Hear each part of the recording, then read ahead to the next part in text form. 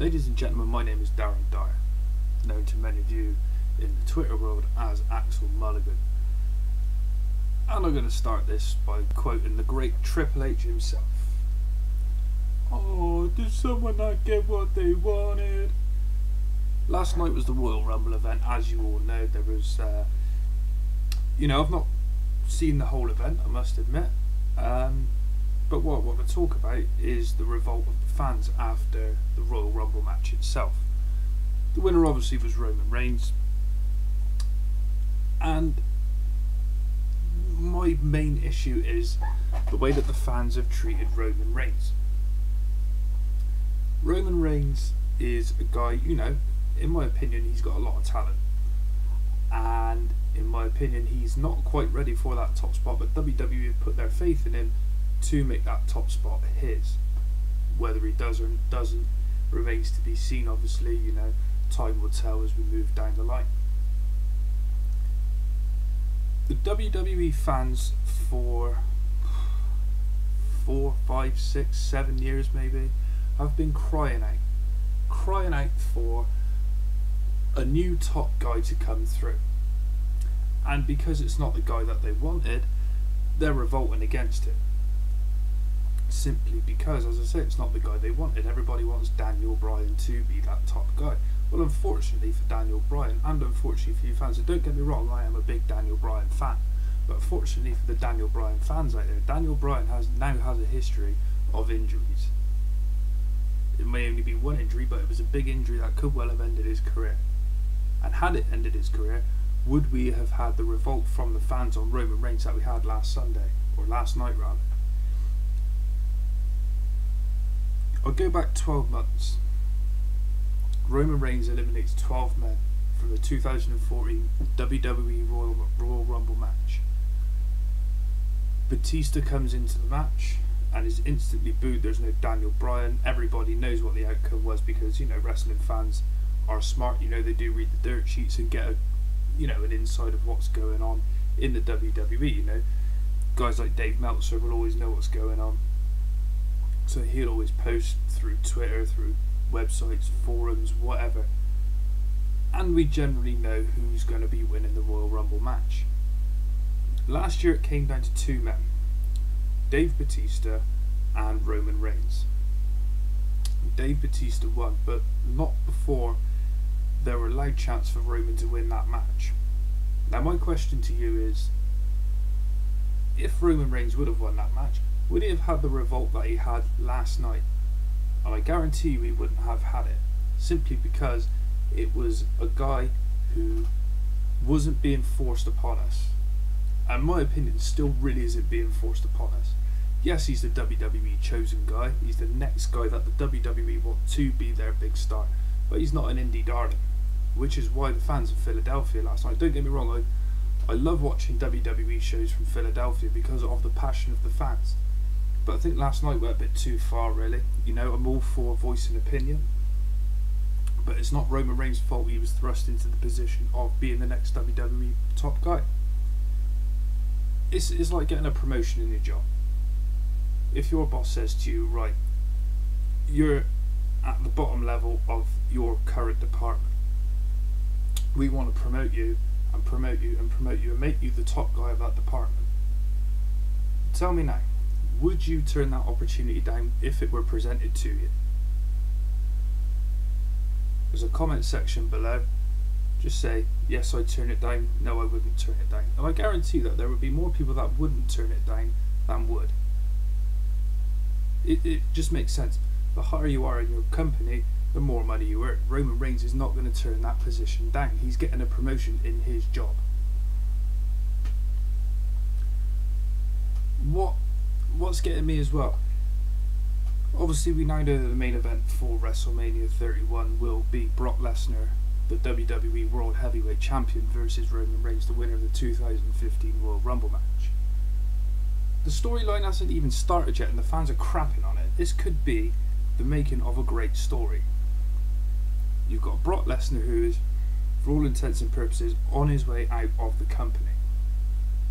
You've got Roman Reigns, the next big star in the WWE. There's an X factor. There's one man involved, or not involved, sorry, that could easily get involved, you know, maybe to appease the fans. Seth Rollins, who holds the WWE Money in the Bank briefcase. And just think about this for a second. Roman Reigns goes on to defeat and conquer the Conqueror Brock Lesnar at WrestleMania 31. Seth Rollins, you know, you get a grueling match between Brock Lesnar and Roman Reigns, 20 minutes, half an hour. Seth Rollins comes out and he then takes the WWE World Heavyweight Championship from Roman Reigns, and you've got the start of a brand new feud. Potentially a great feud has just ended. This is the start of big things to come potentially for the WWE, but where the fans are so narrow-minded, they don't see the bigger picture. And that's the problem that I've got, is that fans are not given this an opportunity. They need to, disagree with things. Don't get me wrong, but as I say, why is it always got to be Daniel Bryan in that position? Yes, he's loved by the fans, I get that. I love watching Daniel Bryan compete. He is a fantastic wrestler. Roman Reigns is not a bad wrestler. He's not a bad athlete. He's a 5 moves of doom guy. So, Bruno Sammartino was a 5 moves of doom guy. Hulk Hogan was a 5 moves of doom guy. The Rock, Stone Cold Steve Austin, after the neck injury, wasn't a great wrestler. He was a great character. He wasn't a great wrestler. Those are 4 top guys in the company over the years who have not been the best wrestlers, but the fans got behind them in that era. Why should Roman Reigns be any different now? Roman Reigns has got talent. He's got a lot of potential. Do I personally think he's ready right now? No. Am I willing to give him a try? I'm willing to invest in this guy to see if he can become the next top guy? You're damn right I am. You're damn right that I am interested in seeing where Roman Reigns can take his career, because I think the guy's got a lot of potential. It's about time that some other fans actually stuck by something that the WWE are pushing upon us and think, well, let's see where they go with this, instead of just crapping on it from the word go, because that's all that ever happens. Something doesn't quite go right and the fans don't fucking like it. The Daniel Bryan backlash from last night, in my opinion, as I say, he wasn't the right choice to win the Royal Rumble. That, in all fairness, there wasn't a right choice. Maybe Randy Orton, if Seth Rollins would have won the World Heavyweight Championship. Randy Orton obviously wasn't in the match. Where can you go? Where can you go? You've got 30 guys in there, and just off of my memory, none of them have won a Royal Rumble before, so you know you're guaranteed to get a new star. Fact. Dolph Ziggler potentially could have won, but obviously he's got his injury concerns in his injury past with concussions and so on and so forth. And as I said on the predictions video that I did yesterday, he's sort of 4 or 5 years older than Roman Reigns, and therefore he's not going to be around as long as Roman Reigns, presuming Roman Reigns stays injury free. But as I say, the backlash because of Daniel Bryan not winning the Royal Rumble is ridiculous, because you'd be going over all ground from 12 months ago. Daniel Bryan didn't win the Royal Rumble last year. Daniel Bryan wasn't in the Royal Rumble last year, but WWE rectified the situation by putting him in the main event for WrestleMania. Why would they be going over old ground again? Because fans generally bitch and bitch and bitch and bitch and bitch and bitch about WWE going over old ground. This is the same situation. They'd be going over old ground again. And what does Daniel Bryan have to come back for to win the Royal Rumble? There's no storyline in place. He's just come back off of injury. You know, as much as Brock is aligned with the Authority, he's not in the Authority. It wouldn't make sense for Daniel Bryan to face Brock Lesnar for the WWE World Heavyweight Championship at WrestleMania 31. Roman Reigns does have a current ongoing rivalry with the Authority, yes. Roman Reigns versus Brock Lesnar is something new, yes. That Roman Reigns hasn't main evented at WrestleMania, yes. That's 3 ticks there for Roman Reigns, is why he deserved that Royal Rumble win more so than Daniel Bryan. And people might turn around and say to me, well, you're saying Daniel Bryan shouldn't have won the Royal Rumble because he'd just come back from injury. But Triple H won the Royal Rumble in 2002 after just coming back from injury. Newsflash. Triple H won the Royal Rumble in 2002 to progress his feud that had started back in May of 2001 against Chris Jericho. Chris Jericho put Triple H on the shelf after his injury in a tag team title match on Monday Night Raw. Triple H came back and he avenged that injury, and he picked up the WWE Undisputed Championship at WrestleMania 18. And that was the end. Well, it wasn't the end of the feud, but that sort of put the feud to bed for a little while before they went on to have a great Hell in a Cell match at Judgment Day 2002. So, this is where I'm struggling to comprehend where the fans are coming from, because, as I say, you want new guys in the main event scene. We all want new guys in the main event scene. We've got one, and you don't fucking like it. So what would you do, say, John Cena, Randy Orton in each of their next match? The top two guys in the company. What would your reaction be if both those guys had career-ending injuries? And nobody can tell me that they would sort of be happy about it, because nobody wishes a career-ending injury upon anybody. That's just ridiculous. If you've got John Cena and Randy Orton going in their next match, and that's the end of their careers, where did the WWE go? They're fucked. They are fucked, for lack of a better word. They are fucked. You've got, yes, Daniel Bryan could fill in that spot, but Daniel Bryan's neck injury has probably shortened his career quite considerably, so he's not going to last as long as a Roman Reigns.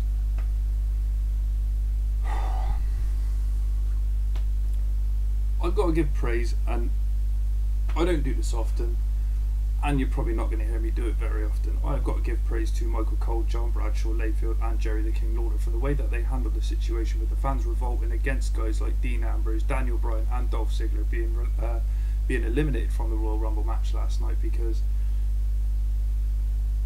the way the fans reacted, chanting bullshit and chanting for CM Punk and booing every babyface that came out, aside from Jack Swagger. Actually, Jack Swagger got a very good reaction, I thought. As I say, I get that fans want to put their opinions across, and I get that the fans are frustrated, and I get that the fans obviously not necessarily want to see a guy like Roman Reigns win the Royal Rumble match. But what would have happened if a guy, say, like Bray Wyatt had won the Royal Rumble match? Bray Wyatt had a hell of a Royal Rumble. He lasted almost 40 minutes, I believe, if not longer. His exit was very cheap, and it rightly got booed. I'll give you that. Anybody who booed that elimination for the way it was booked, I will give you that, because it was horrendous. The guy dominated the Royal Rumble, as I say, for 40-ish minutes, and all he did was he got knocked out by the Big Show and dumped over the top rope like he was a fucking ragdoll, not a 300-pound guy.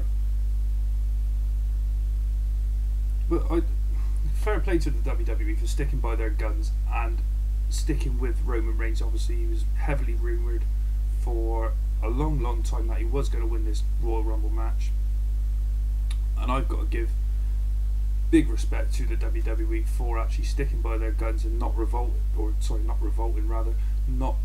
going against their initial decisions like they had done last year with Daniel Bryan coming into the WrestleMania main event when it was initially going to be Randy Orton versus Dave Bautista.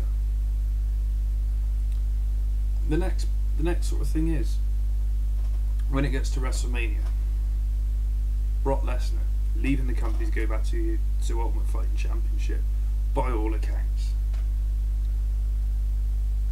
What is everybody going to want to happen during that main event match? Because Brock Lesnar, why are they going to leave the belt on Brock Lesnar when he's leaving the company?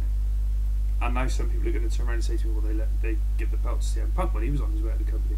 CM Punk signed a contract at Money in the Bank 2011. Anybody who's seen the Best in the World documentary will know that. CM Punk signed a contract on the night of the Money in the Bank pay-per-view in 2011 in Chicago, Illinois, to stay with the company for another 3 years. Granted, he didn't last those 3 years. He saw out all but 6 months of his contract, but that's another story altogether. Brock's leaving the company. He did it at WrestleMania 20, so he did it in 2004, 11 years ago. And he's allegedly doing it again in 2015. So why will the fans want Brock Lesnar to retain the WWE World Heavyweight Championship when you've got a guy there who's most likely stuck down to a long-term contract, and he's got a future. The guy's got a future. Brock Lesnar, he probably won't have to carry him in the match. He may have to carry him in the match, but I'm not saying that he will have to. Roman Reigns, as I said, I think he's got a lot of talent and a lot of potential, but Brock Lesnar potentially won't have to carry him in that match. my mind gets boggled with the internet wrestling community, because you're never happy. You're never happy. You know, there's rumours going around on social media and on the dirt sheets that people were blocking the wrestlers' cars when they were trying to get out of the arena last night. One of the Usos apparently signed it off at the fans who were blocking the exit for the car park. Another thing is, I've read this morning that Roman Reigns was receiving death threats on Twitter. At least if you're gonna fucking hate, do it fucking correctly, because Roman Reigns is not the fucking enemy here. If you've got an enemy, it's Vince McMahon, Triple H, Stephanie McMahon, and Kevin fucking Dunn. If you're gonna fucking hate, do it properly. Don't fucking hate the man who's been given a promotion in his job. He might not be good enough for that promotion. Hell, I had a promotion in my job 3 years ago.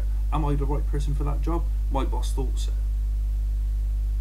Vince McMahon clearly thinks, Triple H clearly thinks, Stephanie McMahon clearly thinks, Kevin Dunn and all the other executives and big names within the fucking company think that Roman fucking Reigns is the big fucking man and he is the right person to fucking have that position in the company.